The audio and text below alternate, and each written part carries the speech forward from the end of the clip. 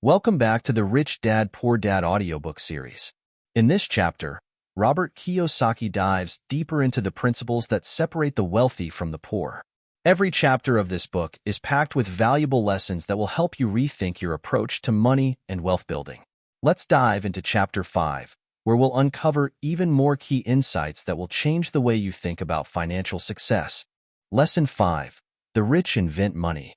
Often in the real world, it's not the smart who get ahead, but the bold. Last night, I took a break from writing and watched a TV program on the history of a young man named Alexander Graham Bell. Bell had just patented his telephone and was having growing pains because the demand for his new invention was so strong. Needing a bigger company, he then went to the giant at that time, Western Union, and asked them if they would buy his patent and his tiny company. He wanted $100,000 for the whole package. The president of Western Union scoffed at him and turned him down, saying the price was ridiculous. The rest is history. A multi-billion-dollar industry emerged, and AT&T was born. The evening news came on right after the story of Alexander Graham Bell. On the news was a story of another downsizing at a local company. The workers were angry and complained that the company ownership was unfair. A terminated manager of about 45 years of age had his wife and 2 babies at the plant and was begging the guards to let him talk to the owners to ask if they would reconsider his termination. He had just bought a house and was afraid of losing it. The camera focused in on his pleading for all the world to see. Needless to say, it held my attention. I have been teaching professionally since 1984. It has been a great experience and a rewarding one. It is also a disturbing profession, for I have taught thousands of individuals and I see one thing in common in all of us, myself included. We all have tremendous potential and we all are blessed with gifts. Yet the one thing that holds all of us back is some degree of self-doubt. It is not so much the lack of technical information that holds us back, but more the lack of self-confidence. Some are more affected than others. Once we leave school, most of us know that it is not so much a matter of college degrees or good grades that count. In the real world outside of academics, something more than just grades is required.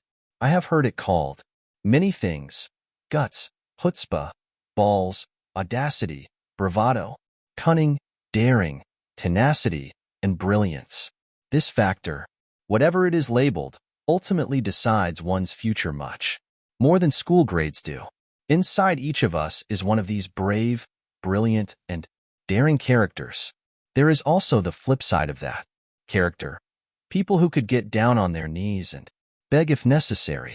After a year in Vietnam as a Marine Corps pilot, I got to know both of those characters inside of me intimately.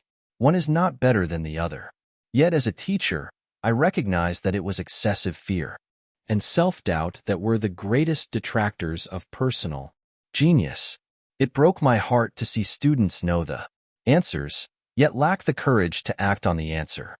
Often in the real world, it's not the smart who get ahead, but the bold. In my personal experience, your financial genius requires both technical knowledge as well as courage. If fear is too strong, the genius is suppressed. In my classes, I strongly urge students to learn to take risks, to be bold, and to let their genius convert that fear into power and brilliance. It works for some and just terrifies others. I have come to realize that for most people, when it comes to the subject of money, they would rather play it safe. I have had to field questions such as, why take risks? Why should I bother developing my financial IQ? Why should I become financially literate? And I answer, just to have more options. There are huge changes up ahead. In the coming years, there will be more people just like the young inventor, Alexander Graham Bell. There will be 100 people like Bill Gates and hugely successful companies like Microsoft created every year all over the world. And there also will be many more bankruptcies, layoffs, and downsizings. So why bother developing your financial IQ? No one can answer that but you. Yet I can tell you why I myself do it. I do it because it is the most exciting time to be alive. I'd rather be welcoming change than dreading change. I'd rather be excited about making millions than worrying about not getting a raise. This period we are in now is a most exciting time, unprecedented in our world's history. Generations from now, people will look back at this period of time and remark at what an exciting era it must have been. It was the death of the old and birth of the new. It was full of turmoil, and it was exciting. So why bother developing your financial IQ? Because if you do, you will prosper greatly. And if you don't, this period of time will be a frightening one. It will be a time of watching some people move boldly forward while others cling to worn-out life preservers. Land was wealth 300 years ago, so the person who owned the land owned the wealth. Later, wealth was in factories and production, and America rose to dominance. The industrialist owned the wealth. Today, wealth is in information, and the person who has the most timely information owns the wealth. The problem is that information flies around the world at the speed of light. The new wealth cannot be contained by boundaries and borders, as land and factories were. The changes will be faster and more dramatic. There will be a dramatic increase in the number of new multimillionaires. There also will be those who are left behind. I find so many people struggling today, often working harder, simply because they cling to old ideas. They want things to be the way they were, and they resist change. I know people who are losing their jobs or their houses, and they blame technology or the economy or their boss. Sadly, they fail to realize that they might be the problem. Old ideas are their biggest liability. It is a liability simply because they fail to realize that while that idea or way of doing something was an asset yesterday, yesterday is gone. One afternoon I was teaching how to invest using a board game I had invented, cash flow, as a teaching tool. A friend had brought someone along to attend the class.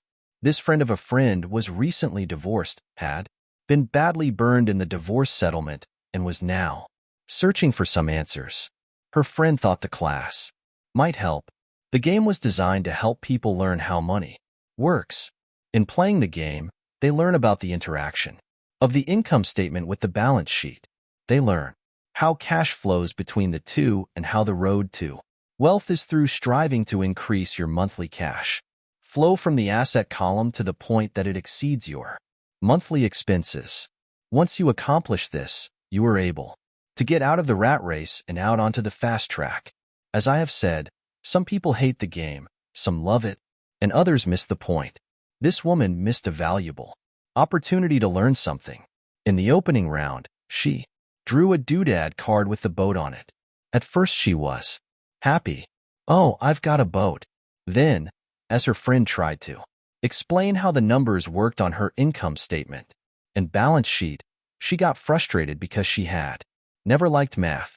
The rest of her table waited while her friend continued explaining the relationship between the income statement, balance sheet, and monthly cash flow. Suddenly, when she realized how the numbers worked, it dawned on her that her boat was eating her alive. Later on, in the game, she was also downsized and had a child. It was a horrible game for her. After the class, her friend came by and told me that she was upset. She had come to the class to learn about investing and did not like the idea that it took so long to play a silly game. Her friend attempted to tell her to look within herself too, see if the game reflected her in any way. With that suggestion, the woman demanded her money back. She said that the very idea that a game could be a reflection of her was ridiculous. Her money was promptly refunded, and she left. Since 1984, I have made millions simply by doing what the school system does not do. In school, most teachers lecture. I hated lectures as a student. I was soon bored, and my mind would drift. In 1984, I began teaching via games and simulations, and I still rely on these tools today. I always encourage adult students to look at games as reflecting back to them what they know and what they need to learn. Most importantly, Games reflect behavior. They are instant feedback systems. Instead of the teacher lecturing you, the game is giving you a personalized lecture, one that is custom-made just for you. The friend of the woman who left later called to give me an update. She said her friend was fine and had calmed down. In her cooling-off period, she could see some slight relationship between the game and her life. Although she and her husband did not own a boat, they did own everything else imaginable. She was angry after their divorce, both because he had run off with a younger woman, and because, after 20 years of marriage, they had accumulated little in the way of assets. There was virtually nothing for them to split. Their 20 years of married life had been incredible fun, but all they had accumulated was a ton of doodads.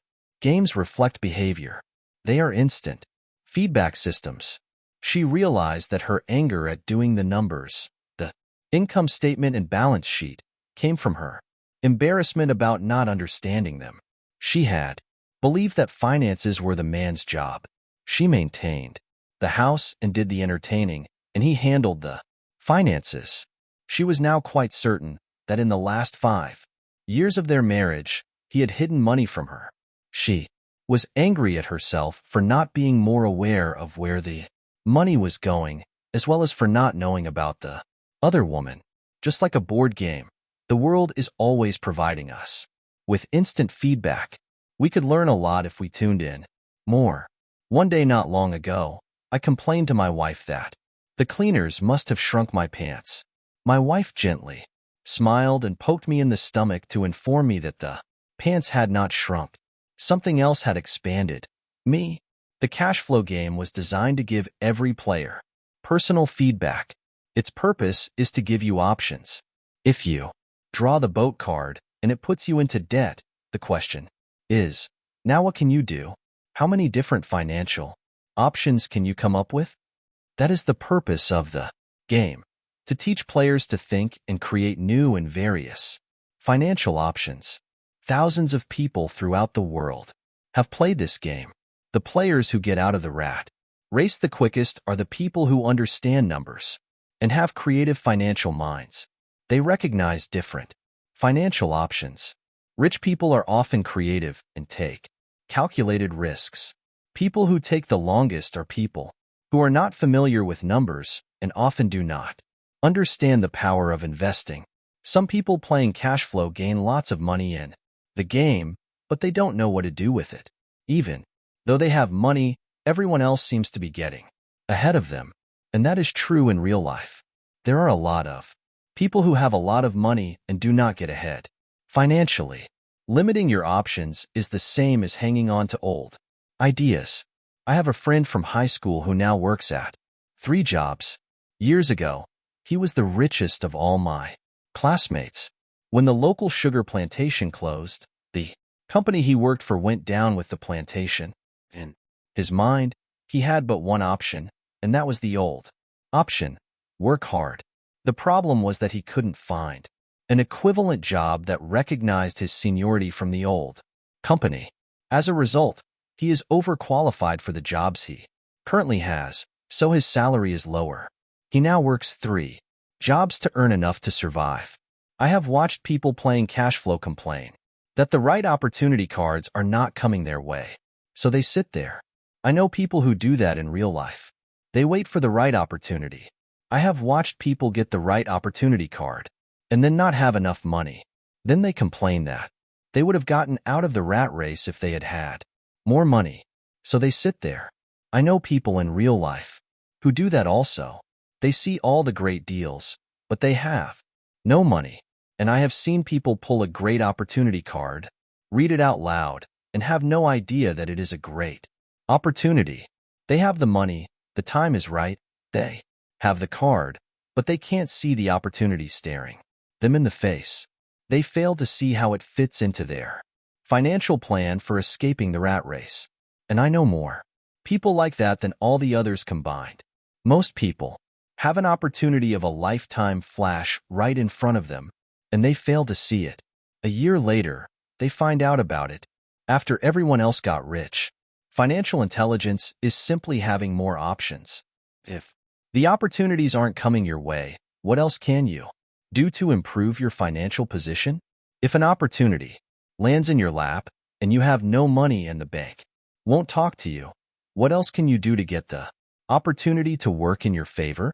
If your hunch is wrong and what you've been counting on doesn't happen, how can you turn a lemon into millions? That is financial intelligence. It is not so much what happens, but how many different financial solutions you can think of to turn a lemon into millions. It is how creative you are in solving financial problems. Most people only know one solution: work hard, save, and borrow. So why would you want to increase your financial intelligence? Because you want to be the kind of person who creates your own luck. You take whatever happens and make it better. Few people realize that luck is created just as money is. And if you want to be luckier and create money instead of working hard, then your financial intelligence is important. If you are the kind of person who is waiting for the right thing to happen, you might wait for a long time.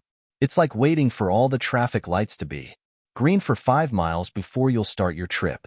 As young boys, Mike and I were constantly told by my rich dad that money is not real. Rich Dad occasionally reminded us of how close we came to the secret of money. On that first day, we got together and began making money out of plaster of Paris. The poor and middle class work for money, he would say. The rich make money.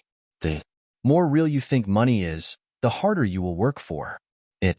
If you can grasp the idea that money is not real, you will grow richer faster. What is it? Was a question Mike and I often came back with. What is money if it is not real? What we agree it is, was all Rich Dad would say. The single most powerful asset we all have is our mind. If it is trained well, it can create enormous wealth seemingly instantaneously. An untrained mind can also create extreme poverty that can crush a family for generations. In the information age, money is increasing exponentially. A few individuals are getting ridiculously rich from nothing, just ideas and agreements. If you ask many people who trade stocks or other investments for a living, they see it done all the time. Often, millions can be made instantaneously from nothing. And by nothing, I mean no money was exchanged. It is done via agreement, a hand signal in a trading pit, a blip on a trader's screen in Lisbon. From a trader's screen in Toronto and back to Lisbon, a call to my broker to buy and a moment later to sell. Money did not change hands. Agreements did. The single most powerful asset we all have is our mind. If it is trained well, it can create enormous wealth. So why develop your financial genius? Only you can answer that. I can tell you why I have been developing this area of my intelligence. I do it because I want to make money fast, not because I need to, but because I want to. It is a fascinating learning process. I develop my financial IQ because I want to participate in the fastest game and biggest game in the world. And in my own small way, I would like to be part of this unprecedented evolution of humanity, the era where humans work purely with their minds and not with their bodies. Besides, it is where the action is. It is what is happening. It's hip, it's scary, and it's fun. That is why I invest in my financial intelligence, developing the most powerful asset I have. I want to be with people moving boldly forward. I do not want to be with those left behind. I will give you a simple example of creating money. In the early 1990s, the economy of Phoenix, Arizona, was horrible. I was watching a TV show when a financial planner came on and began forecasting doom and gloom. His advice was to save money. Put $100 away every month, he said. In 40 years, you will be a multimillionaire. Well, putting money away every month is a sound idea. It is one option, the option most people subscribe to. The problem is this. It blinds the person to what is really going on. It causes them to miss major opportunities for much more significant growth of their money. The world is passing them by. As I said, the economy was terrible at that time. For investors, this is the perfect market condition. A chunk of My money was in the stock market and in apartment houses. I was short of cash because people were giving properties away. I was buying.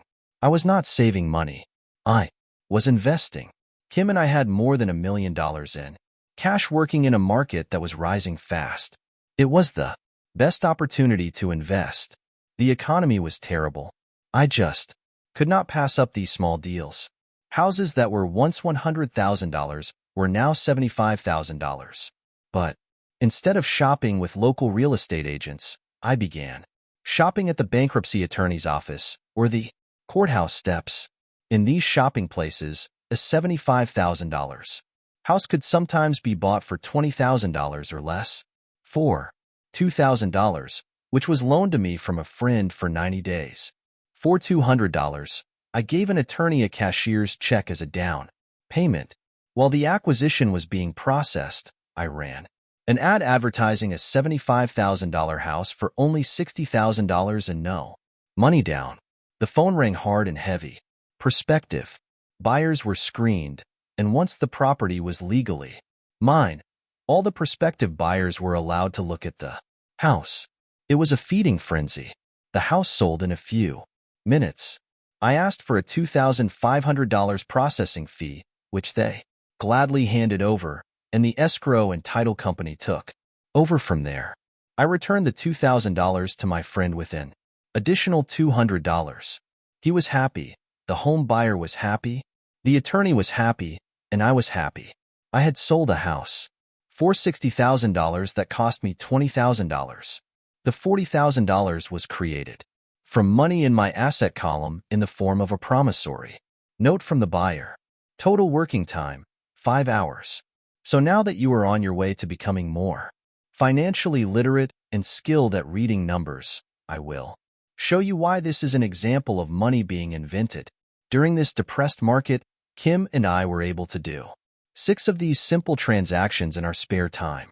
While the bulk of our money was in larger properties and the stock market, we were able to create more than $190,000 in assets, notes at 10% interest in those 6 buy, create, and sell transactions. That comes to approximately $19,000 a year income, much of it sheltered through our private corporation. Much of that $19,000 a year goes to pay for our company cars, gas, trips, insurance, dinners with clients, and other things. By the time the government gets a chance to tax that income, it's been spent on legally allowed pre-tax expenses. This was a simple example of how money is invented, created, and protected using financial intelligence. Ask yourself, how long would it take to save $190,000? Would the bank pay you 10% interest on your money? And the promissory note is good for 30 years. I hope they never pay me the $190,000. I have to pay a tax if they pay me the principal, and besides, $19,000 paid over 30 years is a little over $500,000 in income. I have people ask what happens if the person doesn't pay. That does happen, and it's good news. That's $60,000. Home could be taken back and resold for $70,000, and another $2,500 collected as a loan processing fee. It would still be a zero-down transaction in the mind of the new buyer, and the process would go on. The first time I sold the house, I paid back the $2,000, so technically, I have no money in the transaction. My return on investment, ROI, is infinity. It's an example of no money making a lot of money. In the second transaction, when resold, I would have put $2,000 in my pocket and re-extended the loan to 30 years. What would my ROI be if I got paid money to make money? I do not know, but it sure beats saving $100 a month, which actually starts out as $150 because it's after-tax income for 40 years earning low interest. And again, you're taxed on the interest. That is not too intelligent. It may be safe, but it's not smart. A few years later, as the Phoenix real estate market strengthened, those houses we sold for $60,000 became worth $110,000. Foreclosure opportunities were still available, but became rare. It cost a valuable asset, my time, to go out looking for them. Thousands of buyers were looking for the few available deals. The market had changed. It was time to move on and look for other opportunities to put in the asset column. You can't do that here. That is against the law. You're lying. I hear those comments much more often. Then can you show me how to do that? The math is simple. You do not need algebra or calculus. And the escrow company handles the legal transaction and the servicing of the payments. I have no roofs to fix or toilets to unplug. Because the owners do that. It's their house. Occasionally, someone does not pay. And that is wonderful because there are late fees, or they move out and the property is sold. Again, the court system handles that, and it may not work in your area. The market conditions may be different, but the example illustrates how a simple financial process can create hundreds of thousands of dollars with little money and low risk. It is an example of money being only an agreement. Anyone with a high school education can do it, yet most people won't.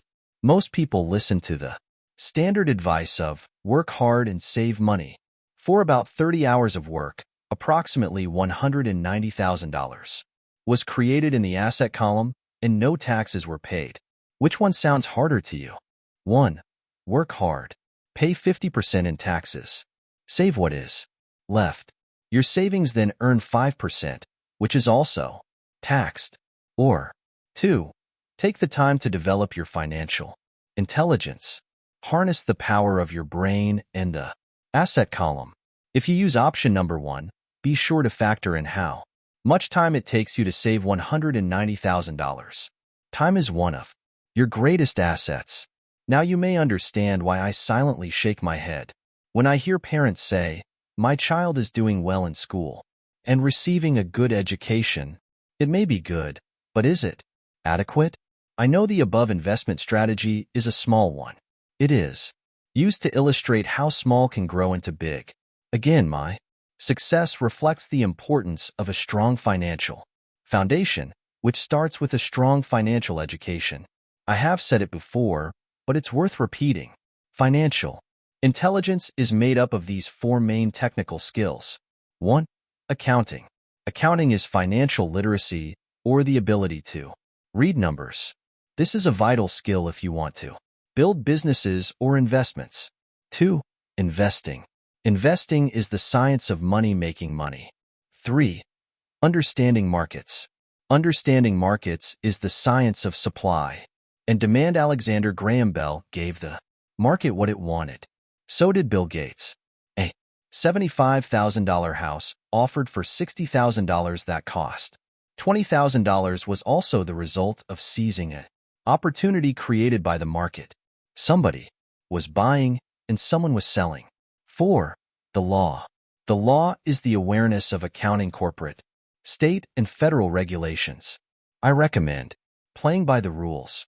It is this basic foundation, or the combination of these skills, that is needed to be successful in the pursuit of wealth, whether it be through the buying of small homes, apartment buildings, companies, stocks, bonds, precious metals, baseball cards, or the like.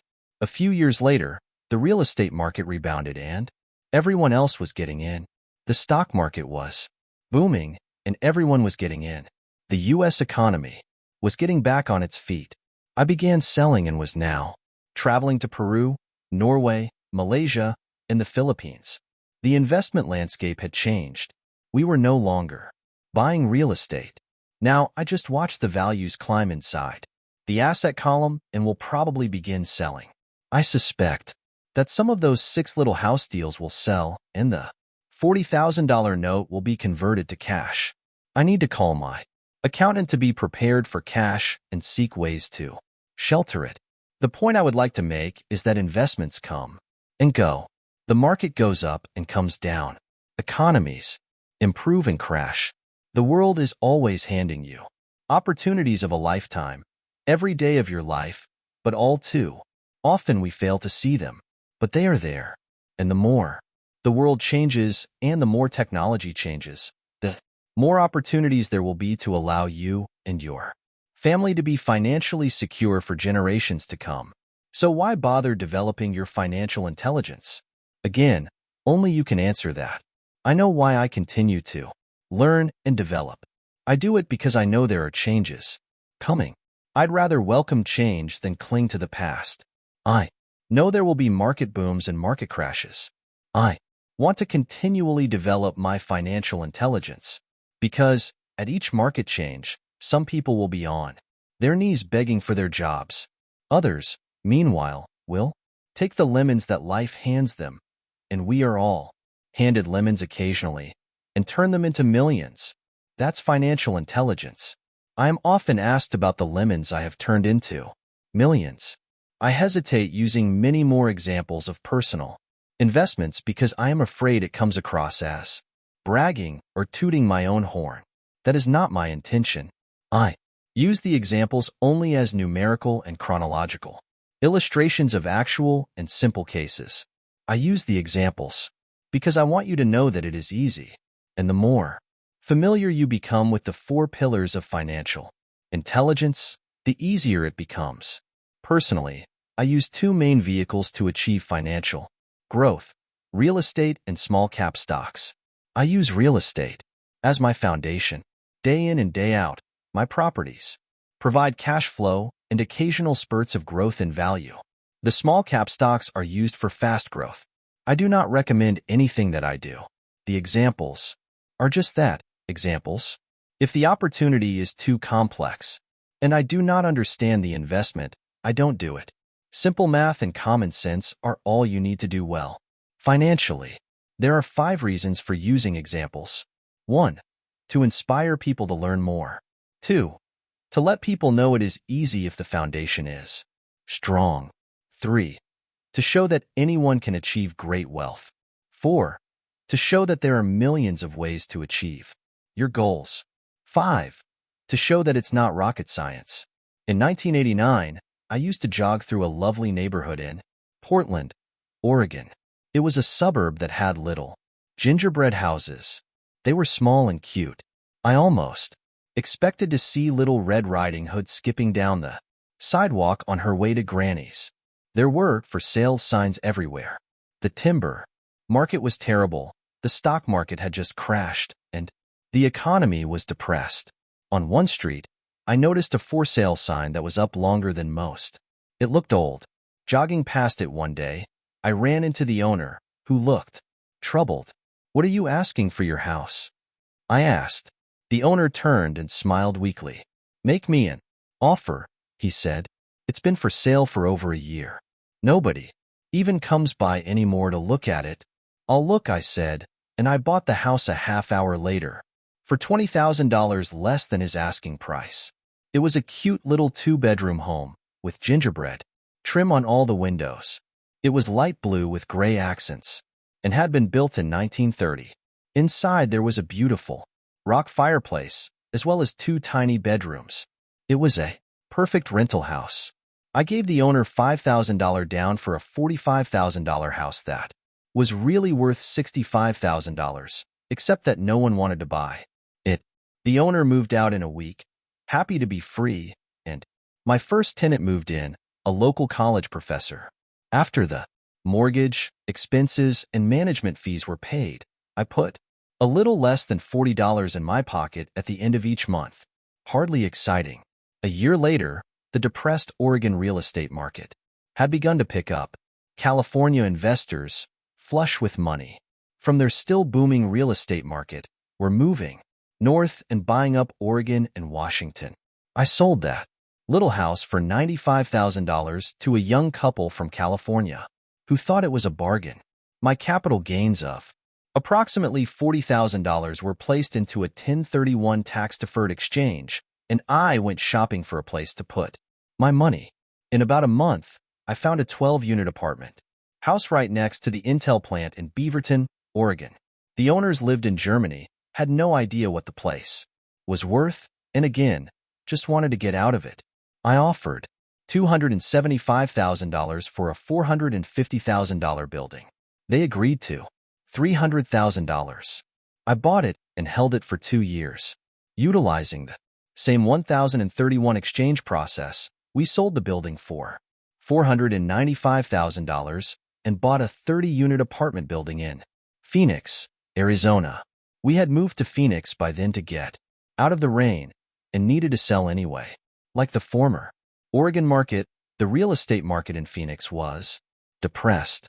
The price of the 30-unit apartment building in Phoenix was $875,000, with $225,000 down. The cash flow from the 30 units was a little over $5,000 a month. The problem with secure investments is that they are often sanitized, that is, made so safe that the gains are less. The Arizona market began moving up, and a few years later, a Colorado investor offered us $1.2 million for the property. The point of this example is how a small amount can grow into a large amount. Again, it is a matter of understanding financial statements, investment strategies, a sense of the market, and the laws. If people are not versed in these subjects, then obviously they must follow standard dogma, which is to play it safe, diversify, and only invest in secure investments. The problem with secure investments is that they are often sanitized, that is, made so safe that the gains are less. Most large brokerage houses will not touch speculative transactions in order to protect themselves and their clients, and that is a wise policy. The really hot deals are not offered to people who are novices. Often, the best deals that make the rich even richer are reserved for those who understand the game. It is technically illegal to offer speculative deals to someone who is considered not sophisticated, but of course it happens. The more sophisticated I get, the more opportunities come my way. Another case for developing your financial intelligence over a lifetime is simply that more opportunities are presented to you. And the greater your financial intelligence, the easier it is to tell whether a deal is good. It's your intelligence that can spot a bad deal or make a bad deal good. The more I learn, and there is a lot to learn, the more money I make simply because I gain experience and wisdom as the years go on. I have friends who are playing it safe, working hard at their profession, and failing to gain financial wisdom, which does take time to develop. My overall philosophy is to plant seeds inside my asset column. That is my formula. I start small and plant seeds. Some grow, some don't. Inside our real estate corporation, we have property worth several $million. It is our own REIT, or real estate investment trust. The point I'm making is that most of those millions started out as little $5,000 to $10,000 investments. All of those down payments were fortunate to catch a fast-rising market and increase tax-free. We traded in and out several times over a number of years. We also own a stock portfolio surrounded by a corporation that Kim and I call our personal mutual fund. We have friends who deal specifically with investors like us, who have extra money each month to invest. We buy high-risk, speculative private companies that are just about to go public on a stock exchange in the United States or Canada. An example of how fast gains can be made are 100,000 shares purchased for 25 cents each before the company goes public.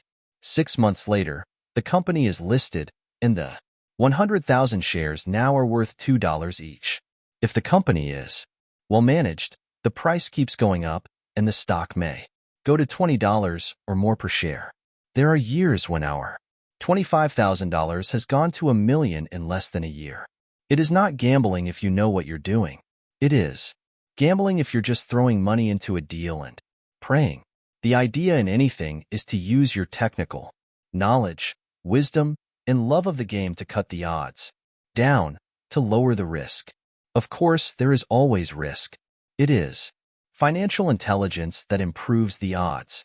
Thus, what is risky for one person is less risky to someone else. That is the primary reason I constantly encourage people to invest more in their financial education than in stocks, real estate, or other markets. The smarter you are, the better chance you have of beating the odds. The stock plays I personally invested in were extremely high risk for most people and absolutely not recommended. I have been playing that game since 1979 and have paid more than my share in dues. But if you will reread why investments such as these are high risk for most people, you may be able to set your life up differently so that the ability to take $25,000 and turn it into $1 million in a year is low risk for you. As stated earlier, nothing I have written is a recommendation. It is only used as an example of what is simple and possible. What I do is small potatoes in the grand scheme of things. Yet for the average individual, a passive income of more than $100,000 a year is nice and not hard to achieve. Depending on the market and how smart you are, it could be done in 5 to 10 years. If you keep your living expenses modest, $100,000 coming in as additional income is pleasant, regardless of whether you work. You can work if you like or take time off if you choose, and use the government tax system in your favor rather than against you. It is not gambling if you know what you're doing. It is gambling if you're just throwing money into a deal and praying. My personal basis is real estate. I love real estate because it's stable and slow-moving. I keep the base solid. The cash flow is fairly steady and, if properly managed, has a good chance of increasing in value. The beauty of a solid base of real estate is that it allows me to take greater risks, as I do with speculative stocks. If I make great profits in the stock market, I pay my capital gains tax on the gain and then reinvest what's left in real estate, again further securing my asset foundation. A last word on real estate. I have traveled all over the world and taught investing. In every city, I hear people say, "You cannot buy real estate cheap." That is not my experience. Even in New York or Tokyo or just on the outskirts of the city, prime bargains are overlooked by most people. In Singapore, with their high real estate prices, there are still bargains to be found within a short driving distance. So whenever I hear someone say, "You can't do that here," pointing at me, I remind them that maybe the real statement is, "I don't know how to do that here." Yet, great opportunities are not seen with your eyes. They are seen with your mind. Most people never get wealthy simply because they are not trained financially to recognize opportunities right in front of them. I am often asked, how do I start? In the final chapter of this book, I offer 10 steps that I followed on the road to my financial freedom. But always, remember to have fun. When you learn the rules and the vocabulary of investing and begin to build your asset column, I think you'll find that it's as fun a game as you've ever played. Sometimes you win and sometimes you learn, but have fun. Most people never win because they're more afraid of losing. That is why I found school so silly. In school, we learn that mistakes are bad and we are punished for making them. Yet if you look at the way humans are designed to learn, we learn by making mistakes. We learn to walk by falling down. If we never fell down, we would never walk. The same is true for learning to ride a bike. I still have scars on my knees, but today I can ride a bike without thinking. The same is true for getting rich. Unfortunately, the main reason most people are not rich is because they are terrified of losing. Winners are not afraid of losing, but losers are. Failure is part of the process of success. People who avoid failure also avoid success. Great opportunities are not seen with your eyes. They are seen with your mind. I look at money much like my game of tennis. I play hard, make mistakes, correct, make more mistakes, correct, and get better. If I lose the game, I reach across the net, shake my opponent's hand, smile and say, "See you next Saturday." There are two kinds of investors. 1. The first and most common type is a person who buys a packaged investment they call a retail outlet, such as a real estate company, a stockbroker, or a financial planner, and they buy something. It could be a mutual fund, REIT, a stock, or a bond. It is a clean and simple way of investing. An analogy would be a shopper who goes to a computer store and buys a computer right off the shelf. 2.